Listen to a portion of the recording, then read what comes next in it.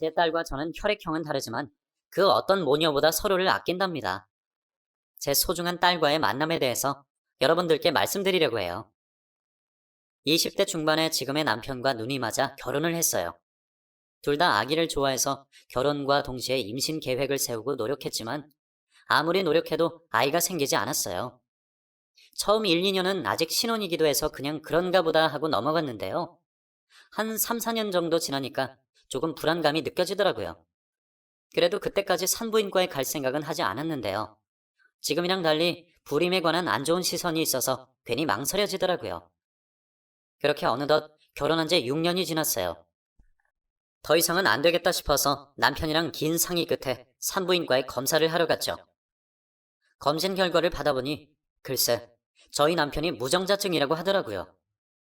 그 사실을 알게 되면서 저는 슬프기도 하고 내심 다행이다 싶기도 했습니다.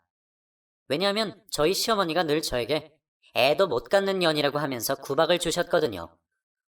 저희 시어머니로 말할 것 같으면 아들 둘을 키우셨다 보니 젊은 축에 속하셨음에도 불구하고 남아 선호 사상에 물들여진 분이셨어요.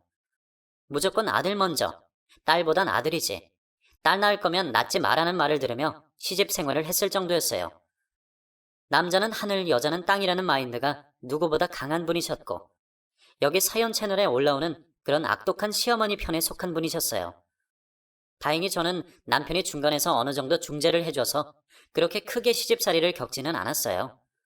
제가 아직도 기억나는 게 결혼한 지 갓 3년이 지났을 때 시어머니가 제게 이런 말을 하시더라고요. 내가 언제까지 기다려줘야 하니? 손자 하나 낳아주는 게 그리 힘들더냐? 어머님, 저희도 노력하고 있어요. 누구보다 임신을 원하고 있는 건 저희예요. 그런데 왜 임신을 못해? 네 몸에 이상 있는 거 아니냐? 저도 그게 궁금해요. 왜 노력해도 안 되는지. 그러지 말고 병원 한번 가봐라. 분명 네가 문제가 있을 거다. 저도 그러고 싶은데 그이가 싫다고 거부하니까 그렇죠. 전 그러면 어머니께서 한번 말씀해보세요. 내 아들은 무조건 정상이니까 괜히 번거롭게 검사 받아볼 필요 없어. 그러니까 그냥 너만 가서 검사 받아보래도. 참 누굴 닮아서 이렇게 말귀를 못 알아먹니? 늘 이런 식으로 모든 불임의 원인을 제 탓을 했어요. 사실 시어머니 말에 혹해서 남편 몰래 저 혼자 검사를 받아보았는데요. 결과는 아무런 이상이 없다고 하더라고요. 이때 어느 정도 제 남편에게 불임의 원인이 있을 거라는 생각이 들었어요. 하지만 남편이 그런 쪽에 너무 예민하게 반응하고 자존심 상해하니 이야기도 꺼낼 수 없었죠. 결국 6년이라는 긴 시간 끝에 검사를 받았고 원인이 자기 아들에게 있다는 말에 크게 충격받으시더라고요. 그동안 그렇게 당당하게 소리를 지르시더니 결국 아들이 무정자증이라는 말을 꺼내니 입을 꾹 다물고서는 며칠 후에 다시 저에게 전화를 하시더니 다른 병원 한번 가봐라. 우리 아들이 그럴 리가 없어. 하시더라고요.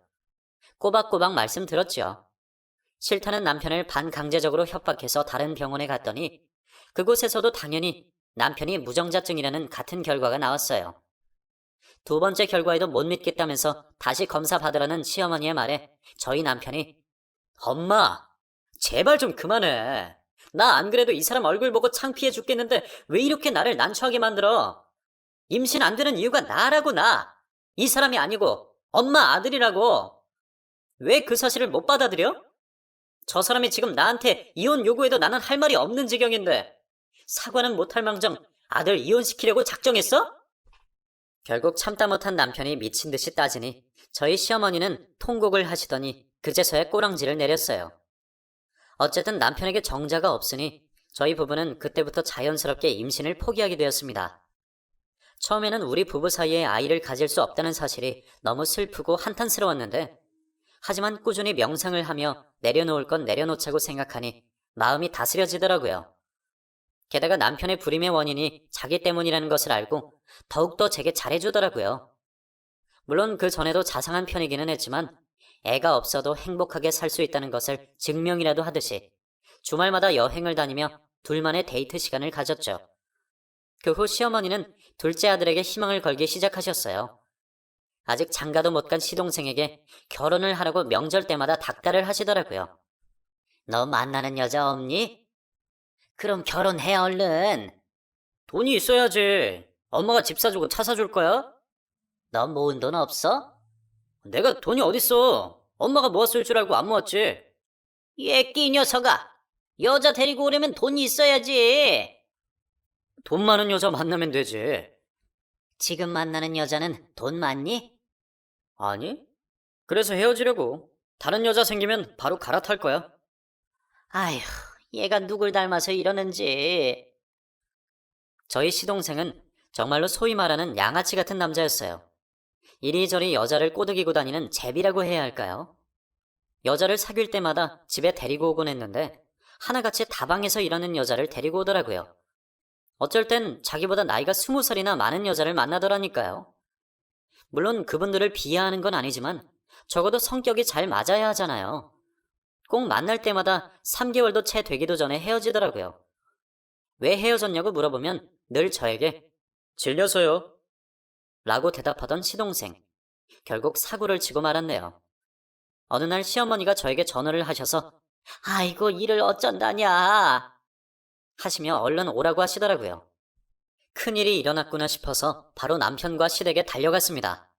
집에 들어갔더니 시어머니와 시동생이 진지하게 얘기를 나누며 앉아있더라고요.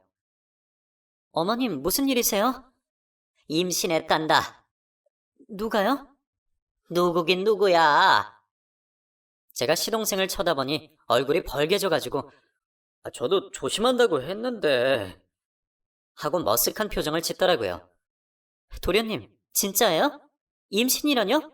아기 엄마는 누군데요? 만나던 여자가 임신이래요. 헤어진 지 한참 됐는데 초음파 사진을 들고 저한테 찾아왔더라고요. 어쩔 계획이에요? 저도 몰라요. 낸들 이렇게 될 줄 알았냐고요. 모르면 어떡해요. 내가 나 혼자 살기도 바빠 죽겠는데 자식 키울 여유가 어딨어요. 그 와중에 시어머니는 시동생에게 아들이냐 딸이냐 하고 묻더라고요. 그랬더니 시동생이 그것도 몰라요 하며 귀찮은지 자리에서 일어나더라고요. 그랬더니 시어머니가 시동생의 손을 붙잡더니 이렇게 말씀하셨어요. 아들이면 우리가 키우자. 엄마가 키울 수 있어? 아들 둘이나 키워봤는데 손자 하나 못 키우겠어? 난 몰라. 엄마가 알아서 해. 오히려 잘됐다 얘. 어차피 첫째는 애를 못 낳잖니. 어차피 우리 가문의 대는 이어야 되니까 아들이면 엄마가 대신 키워줄게. 일이 또 이렇게 흘러갔네요. 시어머니는 손자만 얻을 수 있다면 뭐든 할 기세였어요. 저희 시어머니 참 별나지 않아요? 아무튼 저는 이래라 저래라 할 수 없는 입장이니 그저 손 놓고 쳐다보기만 했습니다. 어떻게든 되겠지 하면서요. 그런데 일은 예상치 못한 방향으로 흘러가게 되었습니다. 임신했던 그 여자는 아기의 성별이 딸이라고 말했고 이를 들은 시어머니는 완강히 그 아이의 양육을 거부했어요. 처음에는 마치 맡아줄 것처럼 하다가 막상 딸이니 안 키우겠다는 말에 그 여자도 꽤나 당혹스러워했겠죠. 결국 혼자 아이를 낳아서 몰래 시동생의 집 앞에 놓고 도망갔고 그렇게 우리 집안이 발칵 뒤집어졌어요. 저희 부부는 시어머니의 호출에 또다시 그곳에 갔더니 너무 작은 아이가 거실 한쪽에서 자고 있더라고요.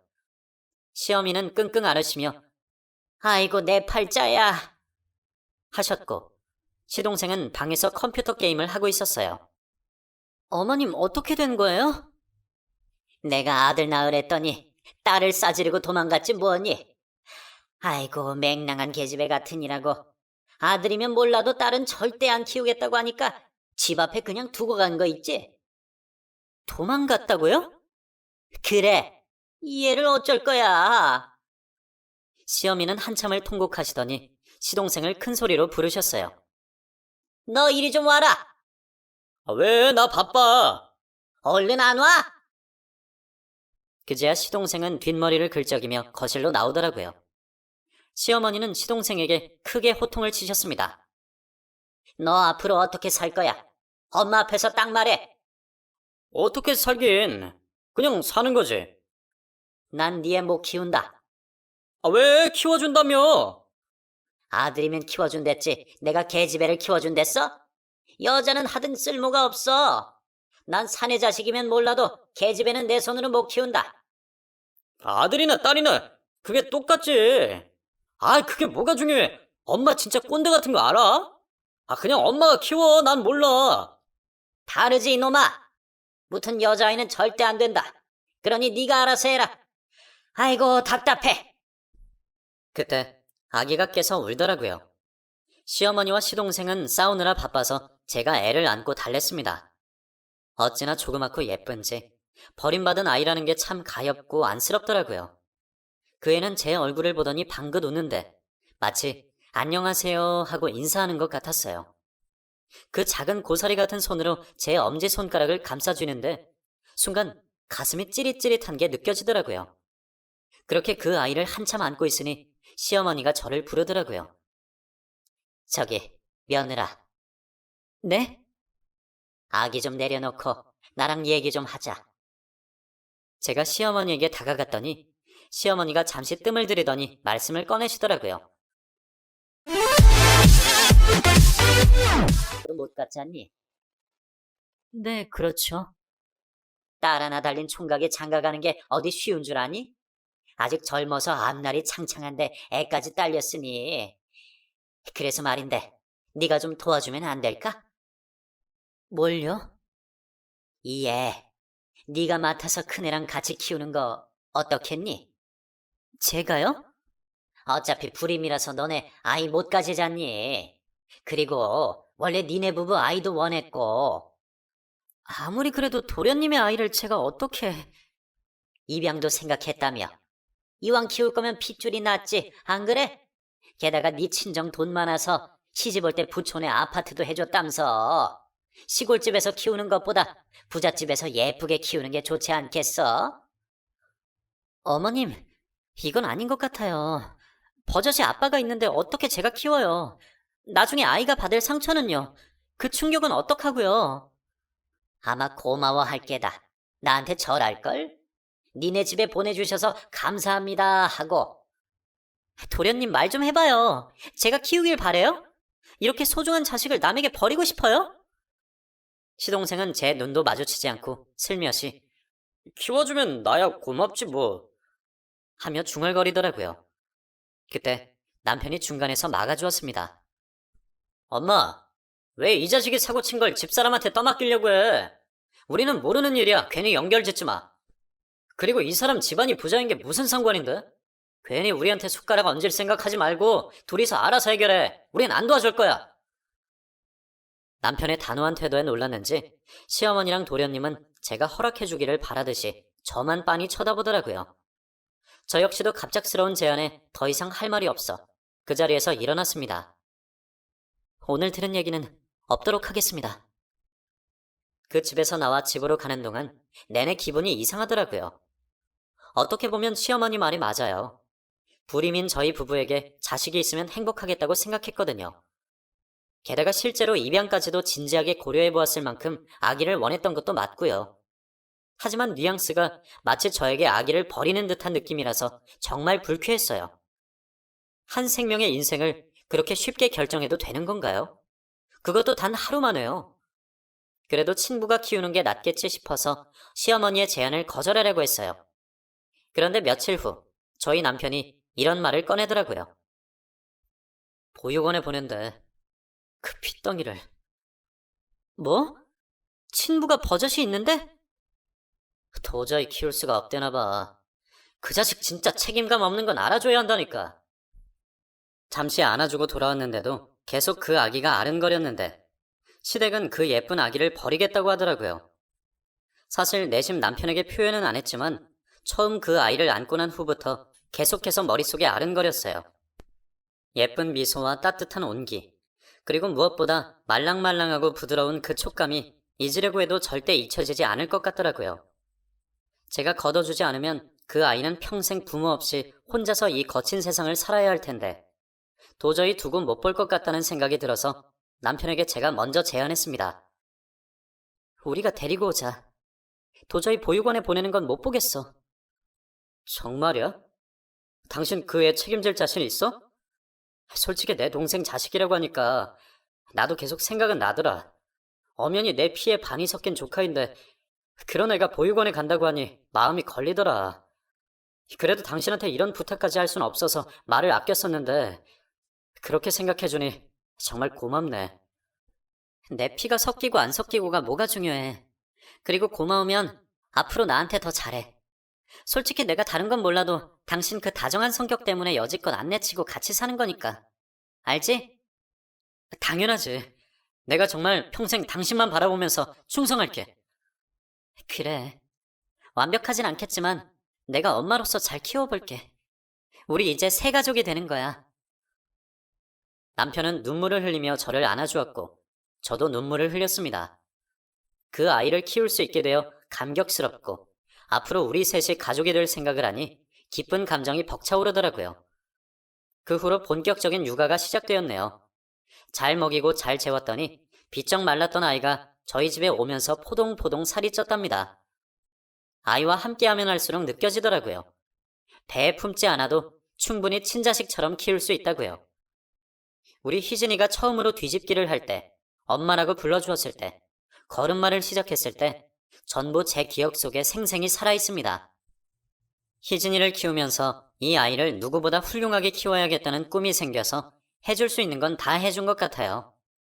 갖고 싶은 게 있으면 사주고, 먹고 싶은 게 있으면 먹이고, 가고 싶은 데가 있다면 언제든지 데리고 가줬죠. 저희 남편도 희진이에게 최선을 다해줬답니다. 완전 딸바보가 되어가지고 매일 주말은 남편이 희진이를 돌봤어요. 누구는 육아가 전쟁이라고 하면서 세상에 그렇게 힘든 일이 없을 거라고 호언장담을 하던데 저희는 육아 생활이 너무 행복했어요. 물론 밤에 아기 때문에 자주 깨고 불편하고 힘든 부분도 물론 있었지만 희진이가 우리 가족이 된 후로 웃음도 많아지고 남편이랑 사이도 더 돈독해졌어요. 솔직히 그동안 둘이서만 지낼 때도 나름 알콩달콩 잘 지냈지만 아이가 생기고 나서부터 뭔가 진정한 가족이 된 기분이 들더라고요. 제가 이렇게 행복해하고 좋아하니 처음에 조금 안 좋게 생각했던 저희 친정도 점점 시간이 지나고 나니 희진이를 많이 예뻐해 주시더라고요. 친부인 시동생은 저희 집에 가끔 찾아오긴 했는데 뭐가 필요할 때만 오더라고요. 예를 들면 돈 말이지요. 형수, 우리 딸은 잘 있어요? 희진이 지금 자고 있는데 얼굴 좀 볼래요? 그건 됐고 혹시 저 돈 좀 꿔줄 수 있어요? 돈이요? 얼마나요? 한 5천 정도면 급한 건 막을 수 있을 것 같은데. 그때 빌려준 3천은요? 그건 이미 써버렸죠. 도련님, 미안하지만 저희도 돈이 화수분처럼 넘쳐나지 않아요. 물론 가족이라 도와야 하는 건 맞는데 저희 사정도 썩 좋지 않아서요. 친정이 중견기업 운영한다면서요. 그쪽에 손 좀 벌리면 안 돼요? 내가 워낙 급해서 그래요. 이번에 일 잘 풀리면 형수 돈부터 드릴 테니까 그냥 좀 빌려주세요. 미안해요. 이번엔 도와줄 수 없겠어요. 도련님도 혼자서 해결할 수 있어야죠. 언제까지 형한테 의지할 거예요? 딸까지 맡겨놓고 이제는 돈까지 빼가는 거예요? 됐어요. 싫으면 싫다고 하면 될 걸 잔소리까지 얹어주시네. 전 갑니다. 딸 얼굴 안 보고 가요? 됐어요. 애들이 다 비슷하지 뭐. 그래도 아빠로서 보고 싶지도 않아요? 형수가 어련히 잘 키워주는데요, 뭘. 그럼 전 형수만 믿고 먼저 가봅니다. 그날 시동생은 다신 안 볼 것 같은 표정을 하더니 나가버렸습니다.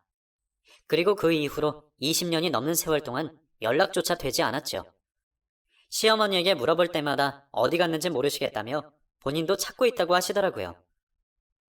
찾아도 뭐 사고만 치는 놈, 그냥 알아서 잘 살겠지.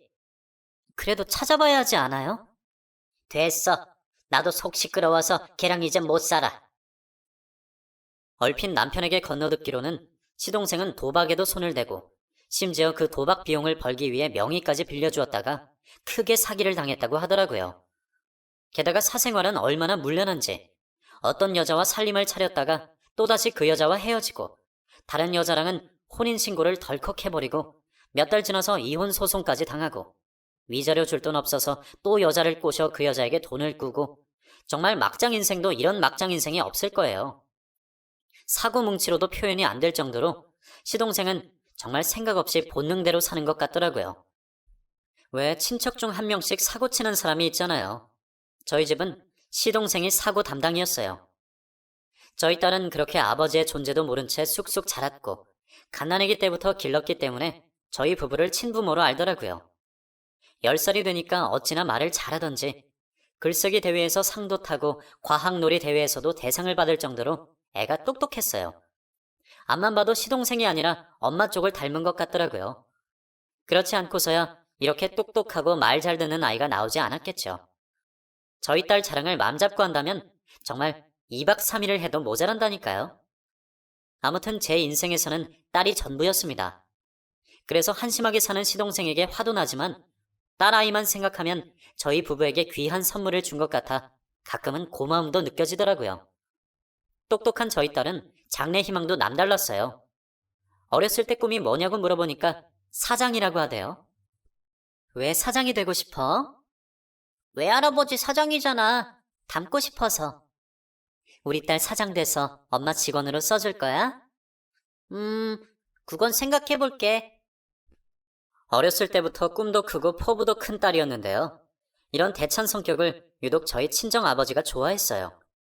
사실 제가 외동이라 어렸을 때 내심 저희 아버지가 제게 기업을 물려줄 생각을 하셨지만 너무 엄마를 닮아서 그런지 사업적으로는 도통 관심이 없었거든요. 그래서 아버지는 희진이가 사장이 되고 싶다고 했을 때 누구보다 가장 좋아해 주셨어요.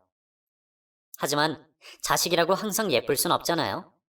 당연히 저희 딸도 사춘기가 오면서 제게 반항 아닌 반항을 했던 적도 있었어요. 한 번은 방에 콕 틀어박혀서 저와 대화도 안 하겠다고 한 적이 있었는데요. 그땐 정말 답답해서 시중에 나온 육아책을 전부 훑어볼 정도로 공부를 많이 했습니다. 우리 딸이 왜 저럴까? 왜 엄마와 대화를 하려고 하지 않을까? 결국 저는 기다려주기로 했어요. 딸이 저에게 먼저 대화를 걸 수 있게끔 늘 옆에서 묵묵히 기다려줬죠. 그러다가 문득 속상하고 화가 나서 딸과 싸우다가 울다가 다시 화해하고 다시 다투고 격정의 시간을 딸과 함께 보냈네요. 질풍노도의 시기가 지난 제 딸은 다시 저와 친해졌습니다. 딸과 함께 쇼핑도 하고 목욕탕도 가고 가끔은 고민 상담도 들어주고 참 친구처럼 지냈어요. 딸은 나중에 다 크면 엄마의 가장 친한 친구가 된다는 말이 있잖아요. 그러니 어렸을 때 아들 낳았다고 좋아하던 친구들도 나중에는 딸이랑 친하게 지내는 저를 엄청 부러워하더라고요. 야, 아들놈의 새끼 다 필요 없어. 정성스럽게 키워놓으면 지 여자친구한테나 잘해주지. 나한테 생일 선물 사주기는커녕 내 생일인지도 모르더라. 이럴 줄 알았으면 나도 딸 낳을걸. 이러면서 제게 신세 한탄을 하더라고요. 그러니 저도 나중에는 딸이 든든해지더라고요. 나중에 딸이 진로를 정할 때도 저희 가족 모두 모여서 함께 고민하고 어떤 방향이 좋은지 길을 모색했어요. 남편은 딸에게 남들 따라가지 말고 자신이 잘할 수 있는 분야를 특화하라고 했고 저희 딸은 늘 그 말을 따라 하고 싶은 분야를 열심히 공부했습니다. 저희 딸은 그때까지 계속 사업을 하고 싶다며 대학도 경영학과에 진학했어요. 그리고 대학을 다니면서 자기가 학비와 용돈을 벌겠다며 일체 손을 벌리지 않더라고요. 그게 참 기특해서 몰래 딸의 가방에 용돈을 넣어주곤 했는데 그럴 때마다 엄마 나 이거 필요 없어 하며 다시 돌려주었습니다. 아무리 부모님 돈이지만 자꾸 외부의 도움을 받으면 스스로 성장하지 못한다나 어쩐다나. 하여튼 어렸을 때부터 자립심 강하고 똑부러지는 성격이었어요. 이런 모습을 볼 때마다 정말 다행히도 이런 부분은 시동생 안 닮아서 좋다고 생각했죠. 그리고 정말 아르바이트를 해서 돈을 벌더니 첫 월급을 저에게 전부 주는 거 있죠? 내가 딸 하나는 정말 잘 키웠구나 싶었죠. 그러던 어느 날 제 핸드폰에 모르는 번호로 전화가 왔습니다. 받을까 말까 하다가 받았어요. 여보세요? 오랜만이에요. 누구? 형수는 시동생 목소리도 벌써 까먹었어?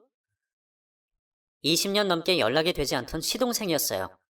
너무 놀라서 핸드폰을 떨어뜨릴 뻔했지 뭐예요. 도련님, 잘 지냈어요? 어머님께 연락 좀 하시지. 제 딸 좀 봅시다. 희진이는 몰라요. 친부가 있는 거. 아직 말 안 했어요? 20살도 넘었겠는데. 내일쯤 찾아갈게요. 이제 제 딸 찾아야죠. 이제 와서 딸을 찾아가겠다고요? 무슨 말도 안 되는 소리를. 아님 직접 물어봐요. 친부 있는데 따라갈 거냐고. 나도 살면서 딸 얼굴 정도는 알아야 하지 않겠습니까? 아무튼 내일 봅시다. 20살이 넘으면 친부에 대해서 말해주겠노라고 다짐했는데 막상 딸이 크니까 더 욕심이 생기더라고요. 딸이 그 사실을 모른 채로 쭉 지내면 좋겠다 싶은 생각이 들어 말을 꺼내지 못했습니다. 그런데 시동생에게 전화가 왔고 직접 보러 온다고 하니 올 게 왔다는 생각이 들더라고요. 그날 밤 딸을 불러 앉혔습니다. 딸은 영문도 모른 채 저에게 웃으며 묻더라고요. 엄마, 드라마 같이 보자고 부른 거지? 그게 아니고 희진아. 사실은 엄마가 너한테 말을 못한 게 있어. 뭔데? 그 전에 이 말만큼은 해주고 싶어. 나는 너를 이 세상에서 제일 사랑하고 소중하게 생각해. 그건 변하지 않아. 무슨 말을 하려는데 밑밥을 깔아? 사실 엄마는 너의 친엄마가 아니야. 너한테는 따로 친부모가 계셔. 갓난아기 때 내 손에 와서 가족이 되었고 네 친부는 삼촌인데 아마 내일 너를 보러 올 거야. 그 얘기하려고 무게 잡은 거야? 나 이미 알고 있었어. 뭐? 어떻게? 할머니가 엄마 밖에 나갔을 때 나한테 얘기해 주던데? 근데 그 얘기 듣고 전혀 슬프거나 화나지 않았어. 오히려 엄마에게 고맙더라. 피도 섞이지 않은 나를 이렇게 잘 키웠잖아. 솔직히 아무리 친딸이라도 엄마처럼 지극정성으로 자식 키우는 사람 없어. 그러니 내게 이 세상의 엄마는 단 한 사람밖에 없어. 희진아, 그래도 엄마가 미안하다. 뭐가 미안해? 못 낳아줘서? 난 엄마 딸인 게 너무 행복해. 할머니한테 들었어. 엄마가 나 안 걷어줬으면 보육원에 갈 뻔했다고. 사실 먼저 입양 사실 아는 체 하면 혹시 엄마 상처받을까봐 못했는데 예전부터 엄마한테 하고 싶은 말 있었어. 나 키워줘서 고마워. 그리고 내 엄마가 되어줘서 정말 고마워. 희진아. 엄마, 앞으로 내가 더 잘할게. 그러니 핏줄이니 뭐니 그런 건 마음에 두지 마. 누가 뭐래도 나는 엄마 딸이고 내 부모는 엄마랑 아빠뿐이야. 그래, 고맙다. 우리 딸 정말 잘 커주었구나. 그리고 할머니가 하는 말은 그냥 무시해. 알아. 워낙 필터링 없이 말하시잖아. 아무튼 엄마는 내 유일한 엄마니까 나 끝까지 지켜줘. 알았지? 엄마는 우리 딸밖에 없어. 저희 딸은 알면서도 숨기고 있었더라고요. 그 말을 듣는데 어찌나 마음이 미어지던지 속으로 얼마나 마음고생을 했을까 싶어서 눈물이 나왔습니다. 그리고 다음 날 시동생이 저희 집에 방문했어요. 오자마자 희진이 어딨어요? 하고 묻더라고요. 방에서 나온 저희 딸은 친부인 삼촌을 마주했습니다. 그런데 시동생의 표정이 순간 일그러졌어요. 희진이 맞아? 네, 맞는데요. 나랑 왜 이렇게 안 닮았어? 눈, 코, 입 어디 하나 겹치는 게 없잖아. 시동생은 딸을 한참이나 살펴보더니 결국 머리카락 좀 뽑아보자 하며 딸에게 달려들더라고요. 사실 키우면서 시동생과 닮지 않았다고 생각한 적이 많았지만 자식이 항상 부모를 닮으라는 법은 없잖아요. 환경이 바뀌어서 친부와 생김새가 달라지나 보다 하고 말았죠. 시동생은 그렇게 딸의 머리카락을 뽑아간 뒤 연락이 없었고 몇 주 후에 저에게 연락이 왔습니다. 시동생은 울고 있었어요. 형수, 어째요? 왜요? 친딸이 아니랍니다. 희진이가 내 딸이 아니라고요. 그게 무슨... 나쁜 년, 내 딸도 아닌 애를 맡겨가지고. 그럼 애 아빠는 누구예요? 몰라요. 그걸 내가 어떻게 합니까? 그 기집애가 만나고 다닌 남자가 한둘이어야지. 에라이 못된 년 같으니라고. 그럼 우리 희진이는 어떻게 해요? 친부모도 모른 채 살아야 해요? 안 그래도 남의 자식 걷어준 거 짜증나 죽겠는데 딸도 아닌 년을 내가 그걸 신경 써줘야 합니까? 됐고 끊어요. 형수가 걔를 버리든지 말든지 알아서 하든가. 시동생은 냉정하게 전화를 끊어버렸고 잠시 후 시어머니에게 바로 전화가 왔어요. 시동생에게 친딸이 아니라는 얘기를 들었는지 버럭 화부터 내시더라고요. 걔 갖다 버려라. 버리다니요. 제 딸이에요, 어머님. 남의 딸 데리고 사는 거 더럽지도 않니? 넌 참 비위도 좋다, 얘. 어디 근본도 모르는 애 데려다가 여지껏 우리 아들 고생시킨 거 생각하면 내가 잠이 안 온다. 그렇게 말씀하지 마세요. 근본도 없는 애라뇨? 누가 뭐래도 제 딸이에요. 그리고 버릴 생각 없어요. 난 내 아들이 남의 자식 키우는 걸 못 본다. 이제 20살도 넘었다면서. 그러면 이제 지 갈 길 가라고 보내야지. 여지껏 큰애가 번 돈으로 지금까지 잘 먹고 잘 컸으면 됐지. 더 이상 뭘 더 해주니? 친모 찾아봤더니 술 중독으로 이미 죽었다고 하더라. 친부는 누군지도 모르고. 무튼 피는 못 속인단다. 그러니 앵간하면 고집 부리지 말고 지금이라도 호적에서 파내. 제가 알아서 할게요. 20년 키운 제 딸 버리라 마라 하지 마시라고요. 정말 자꾸 고집 부릴 거니? 그래, 네 맘대로 해라. 대신 꼴도 보기 싫으니 데리고 오지 말고. 핏줄이 더러우니 그 애도 더럽겠지. 저희 딸 모욕하지 마세요. 제 딸한테 뭐라 하는 사람 시어머니라도 용서 못해요. 인연 끊자는 거야? 원한다면 그렇게 해드려야죠. 이게 시어미한테 못하는 소리가 없어. 그래, 원하는 대로 해라. 남의 딸 키우면서 실컷 희생하면서 살아봐라. 나중에 시어미 말이 맞다 하지. 시어머니와 시동생은 핏줄도 아닌 아이 꼴 보기도 싫다며 등을 돌렸습니다. 그때부터 인연을 끊고 살기 시작했죠. 저는 딸이 더 중요했기에 시어머니와 시동생은 인연 끊어도 그만이었어요. 남편 역시 이제는 완전 두 사람에게 정이 털렸는지 오히려 먼저 적극적으로 나서서 모든 연락을 무시하고 끊더라고요. 제 딸은 그동안 대학을 졸업했습니다. 학사모를 쓴 딸의 사진은 아직까지 저의 프로필 사진으로 남아있네요. 딸은 저에게 학사모를 씌워주며 눈물을 글썽이더라고요. 엄마 고마워. 내가 진짜 효도할게. 넌 그냥 존재 자체가 효도야. 졸업 후 딸은 외할아버지와 친하게 지내며 그 회사에서 일을 배우고 싶다고 하더라고요. 경영 환경을 미리 파악하고 창업을 하겠다면서요. 외할아버지와 매일 통화를 하면서 이런저런 것들을 배우더니 끝내는 창업을 시작했습니다. 처음에는 애가 볼이 쏙 들어갈 정도로 힘들어해서 제가 그만두라고 했는데도 누굴 닮았는지 고집으로 밀어붙여 결국엔 해내더라고요. 어플인가 뭔가를 만드는 회사를 운영한다는데 저는 말로만 들어서는 잘 모르겠다고 했더니 딸이 설명해줬어요. 핸드폰에서 다운받는 거 만드는 거야. 벌써 다운로드 수가 엄청 올라갔어. 나 잘했지? 우리 딸은 뭐든지 잘하지. 기특해. 외할아버지가 도움 많이 주셨어. 따지고 보면 참 고마워. 친손녀도 아닌데. 그런 말하면 못 써. 너는 우리 집 자랑이야. 엄마, 내가 뭘 준비했는지 알아? 딸은 저에게 통장 하나를 내밀더라고요. 그런데 그 안에 액수가 어마어마해서 입을 떡 벌리고 말았어요. 이게 뭐야? 내가 예전부터 약속했잖아. 엄마한테 통장 하나 건네주겠다고. 그 약속만 바라보며 살았어. 이거 너 가져.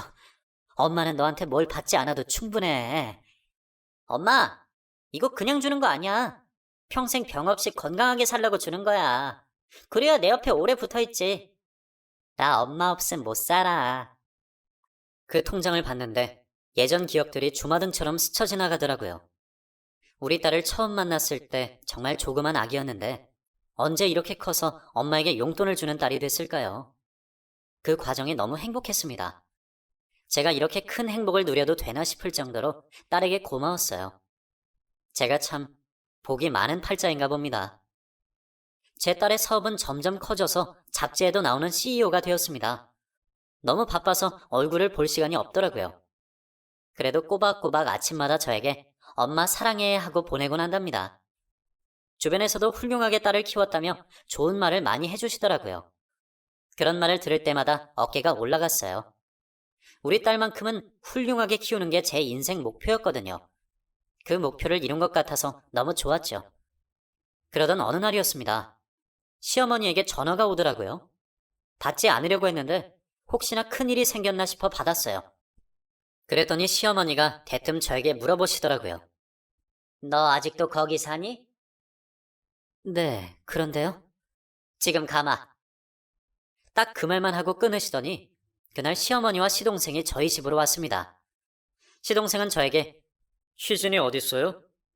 하고 묻더라고요. 희진이 잠깐 외출했는데요. 왜요? 잡지에서 봤어요. 얼마나 기특하던지. 우리 딸이 맞나 싶어서 찾아왔습니다. 친딸 아니라고 등 돌렸잖아요.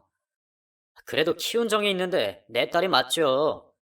키운 건 제가 키웠는데요? 그게 뭐가 중요합니까?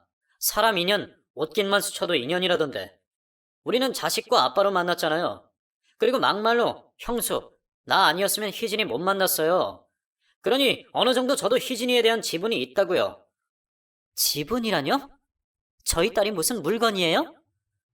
아이고, 뭘 또 그렇게 예민하게 굴어요. 그냥 나도 어느 정도 희진이 볼 자격이 있다는 뜻이지. 시동생은 어처구니 없는 말을 꺼내더니 저희 집 냉장고를 열어 음료수를 꺼내 벌컥벌컥 마셨습니다. 그때 제 남편이 방문을 열고 나오더니 시동생의 뺨을 때렸어요. 형, 왜 그래? 여기가 어디라고 찾아와? 어머님도 나가세요. 내 딸 내가 찾으러 온 건데 왜 뺨을 때려? 인연 끊기로 했으면 평생 그렇게 살아야지. 내 딸 아무한테도 못 줘. 그렇게 알아. 그거야 딸 대답을 들어야 할 수 있지. 안 그래? 버러지 같은 놈. 잠시 후 제 딸이 운동 갔다가 집에 도착했고 집에 와 있는 두 사람을 보더니 다시 나가려고 하더라고요. 그랬더니 시어머니가 딸을 쫓아가 손목을 잡고 들어왔어요. 아이고 우리 손녀 너무 오랜만이지? 이 할미가 자주 연락 못해서 미안하다. 누구세요? 할머니라뇨? 제 할머니는 압구정에 계시는데요. 친할미잖니. 외가 쪽 따르면 못 써. 왜 오셨는데요? 할 말만 하고 가세요. 에이, 그렇게 정없이 할미를 대하면 어째? 여기 네 아빠도 와 있어.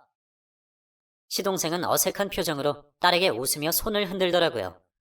그 모습이 참 억지스러웠습니다. 무슨 목적이 있어서 찾아온 것처럼 보였죠. 역시나 시어머니는 목적부터 꺼내더라고요. 우리가 지금 집을 날렸어. 그래서 돈이 필요한데. 제 딸은 기가 막힌 듯 콧방귀를 뀌더니 바로 거절하더라고요. 그쪽한테 줄 돈 없어요. 그쪽이라니 할미한테. 할미인지 뭔지 난 모르겠으니까 우리 집에서 나가요. 너 우리 집 앞에 있는 거 걷어준 사람이 나야. 어디서 할미한테 나가라니 말하니. 제 이름 한 번이라도 불러준 적 있어요? 더럽다고 가라면서요. 다신 보지 말자면서요. 그쪽들한테 줄 돈 한 푼도 없어요. 내가 남 주자고 돈 벌어요? 우리 엄마 행복하게 해주려고 돈 버는 거지. 네 아빠가 도박으로 집을 날렸다. 우리 둘 다 길거리에 나앉게 생겼어. 그래서요? 그리고 아빠라니 기가 막혀서 피 한 방울도 안 섞인 이 사람이 왜 아빠예요? 그랬더니 시동생이 울면서 제 딸에게 우리 딸 미안하다 하더라고요. 제 딸은 시동생에게 다가가더니 소리를 질렀습니다. 그 더러운 입에서 딸이라는 말 한 번만 더 나오면 경찰에 신고할 거야. 당신이 나한테 해준 게 뭐가 있어? 내 분유값 한 푼이라도 보태줬어? 아니잖아. 항상 널 생각하고 있었다. 마음속으로 그리워하고 있었어. 마음에도 없는 말. 당신은 내 돈이 탐나서 온 거잖아. 내가 그 정도도 모를 것 같아? 이제 우리 집 가서 살자. 내가 너 책임질게. 당신같이 돈 없고 멍청한 사람 아빠로 두고 싶지 않아. 희진아. 제 딸은 방에서 목검 하나를 들고 오더니 둘에게 휘두르며 나가 하고 외쳤어요. 그랬더니 두 사람은 허겁지겁 그 목검을 피하며 밖으로 나가더라고요. 둘이 사라진 후 딸은 그 자리에 주저앉아 한참을 울었습니다. 저도 딸을 부둥켜 안고 울었어요. 제 남편도 옆에서 눈물을 훔치더라고요. 희진아, 괜찮아. 엄마, 난 왜 이렇게 화가 날까? 저 사람들 내 인생에서 사라졌으면 좋겠어. 꼴에 잠깐 인연 있었다고 가족 행세하는 거 너무 짜증나. 엄마가 지켜줄게. 저 사람들 다신 안 오게 할게. 그 뒤로 저희는 핸드폰 번호를 바꾸고 때마침 이사할 때가 와서 이사까지 하게 되었습니다. 이제 더 이상 시어머니와 시동생과 만날 일이 사라진 것이죠. 그제야 좀 안정이 되더라고요. 불편한 인연은 싹을 끊는 게 맞는 것 같아요.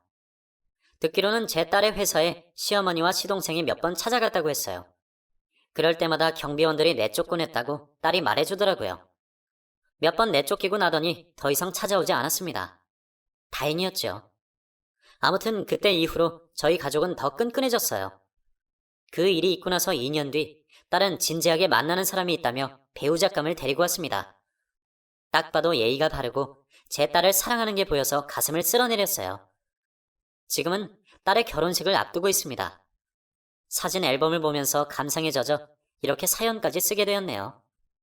제 인생에서 가장 잘한 일이 제 딸을 만난 것입니다. 딸을 통해 인생을 배웠고 사랑을 배웠어요.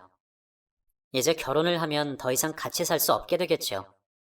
그게 한편으로는 서운하다가도 한편으로는 기쁘더라고요. 제 딸도 이제 가정을 이뤄 가족의 소중함을 알게 될 테니까요. 그래도 서글픈 마음은 어쩔 수 없네요.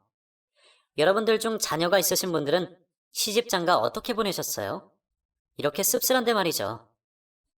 이 또한 시간이 지나면 괜찮아질 거라고 믿습니다. 제 딸의 결혼을 축하해 주세요. 누구보다 착하고 멋지고 훌륭한 딸이랍니다. 결혼식 때 울지 않으려고 지금 눈물을 쏟네요. 자식 보내는 마음 다 같지 않겠어요? 좋기도 하고 걱정되기도 하고. 그래도 저는 제 딸을 믿습니다. 누구보다 잘 해낼 거라고요. 피보다 진한 사랑이 있다는 걸 여러분들께 보여드리고 싶었습니다. 사연 읽어주신 분께 너무 감사드리고 들어주신 분들도 가정에 평화가 있길 바랍니다.